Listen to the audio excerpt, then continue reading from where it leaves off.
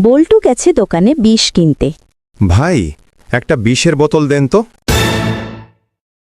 ভাই, বিষ দিয়ে কি করবেন? আত্মহত্যা করব। কেন ভাই? কিছু কিছু জিনিস আছে কাউকে বোঝানো যায় না। মানে? আজ সকালে আমি গরুর দুধ দোহাচ্ছিলাম। হঠাৎ করে গরুটা বাম পা দিয়ে লাথি মারতে লাগলো। আমি বাধ্য হয়ে বাঁশের সাথে বাম পা বেঁধে রাখলাম। এরপর গরুটা ডান পা দিয়ে লাথি মারা শুরু করল। আমি এবার গরুর ডান পাও বাঁশের সাথে শক্ত করে বাঁধলাম।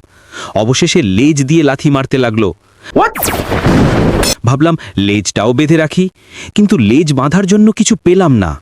শেষমেশ নিজের বেল্ট খুলে বাঁধতে লাগলাম। বেল্ট খোলার কারণে আমার প্যান্টটা হঠাৎ খুলে গেল।